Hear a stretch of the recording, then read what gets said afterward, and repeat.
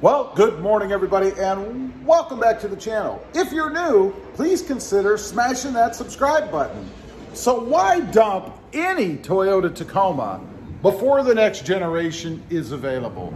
You know, I've been thinking about this myself lately. I've had numerous Tacomas. I think I'm on number 6 or 7. I'm not exactly sure. I've lost count. But the question is, why do we keep buying the same generation? You know, I've done it several times. We have a new generation coming in probably 2 to 4 years, something like that. Hopefully sooner than 4 years, but that's what the current timetable is given what Toyota's history is. But I often think to myself, why do I keep doing this? You know, what do you really get when you're in the same generation and you dump it for another truck? Now, obviously there are some reasons to do that. I mean, if you're a high mileage driver, putting tons of miles on, you're out of warranty and you don't want to chance anything going wrong, yeah, that makes sense. Maybe you use it for work and the truck gets beat up a lot. It's time to get something new, refresh it a little bit. That makes sense. Or if you're a YouTuber like I am and you want to keep up to date on the latest and greatest stuff that they put in the trucks, even with kind of mid-model refreshes. You know, they did that most recently with the 2020.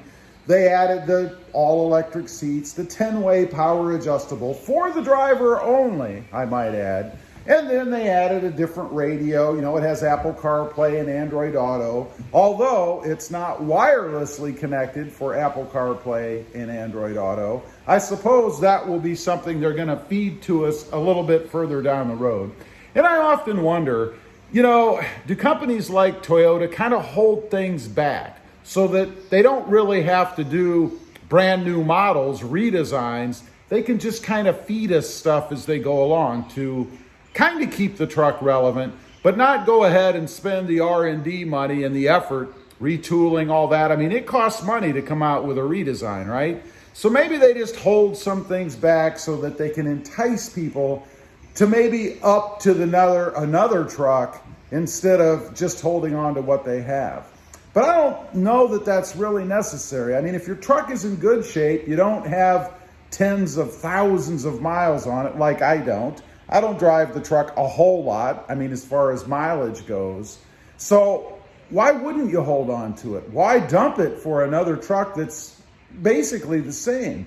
You know, I think that Toyota is known, well, I don't think it, I know it. Toyota is known for quality and reliability, right? The trucks are supposed to be quality built and they're supposed to last for years and years and years. So I would think from a financial standpoint, it would make more sense to get the truck, keep it until maybe the redesign comes out when there's really good reason to go ahead and buy something else. You know, maybe it's a completely different truck. If they're supposed to be reliable and quality built, then there should be no reason that you need to change that truck out more frequently than when there's a redesigned model. Although I do it myself. But I think it's just because I like the latest and greatest things myself. You know, when they came out with the 2020, actually there were more reasons than just going with, you know, the radio and the seat for me, which is really the biggest changes. A different grille, some different wheels, which I changed out anyway, so that didn't make a lot of sense. But for me, I wanted the manual transmission. I had a 2018, it was an automatic, and it was a sport model.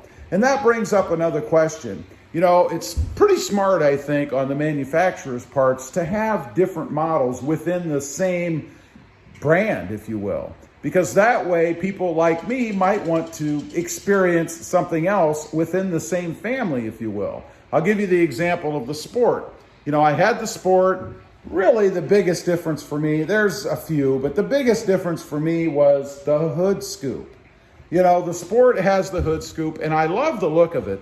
But I gotta say, that scoop did get in the way a little bit, right, for visibility. I mean, when you're looking down the hood, you don't have that nice kind of streamlined long view like you do with the off-road, which of course is what I have right now. There is a suspension difference. You know, I did find that the Sport was a little firmer as far as the ride goes, which makes sense because they do call it a Sport, right? The off-road was a bit softer, a bit spongier. Now, I'm not talking that it was horribly different. It really wasn't. As far as power goes and things like that, you know, that's even another reason to not switch up, because Toyota doesn't change anything.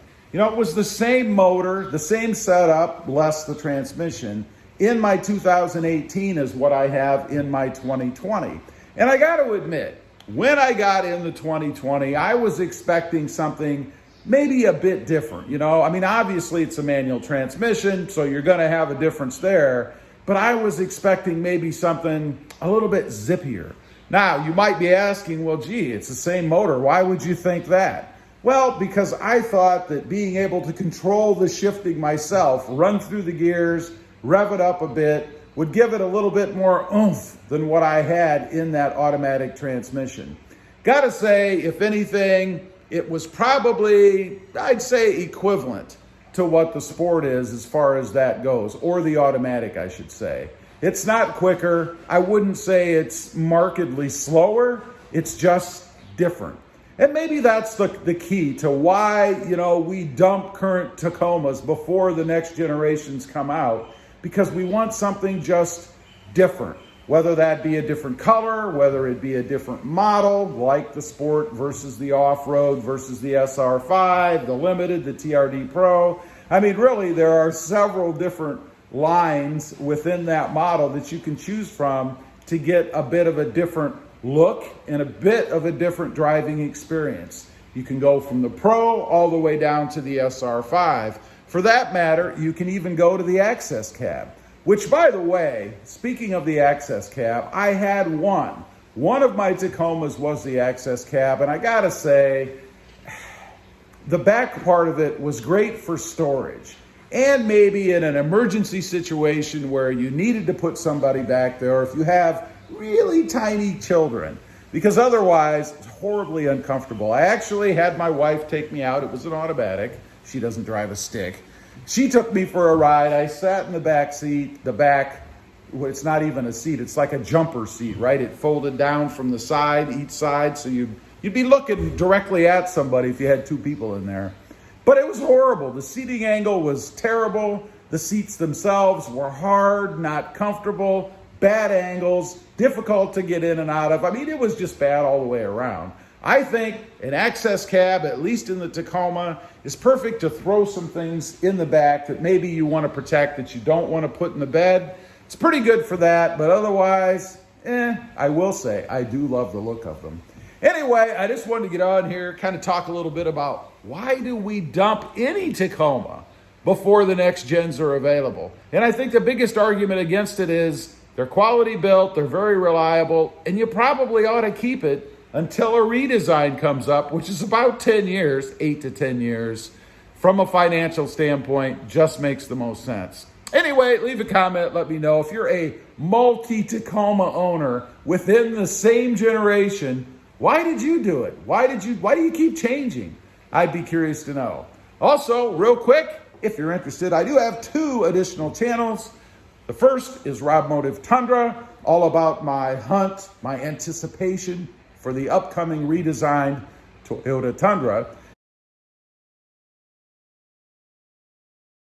And the second is RobMotive JT, all about my experiences with the 2020 Jeep Gladiator. Check them out, and if you're interested, why not subscribe? Don't forget to click that notification bell so that you don't miss out on any upcoming videos. And do me a favor, smash that subscribe button on the way out. Thanks for watching. Stay safe out there. Bye.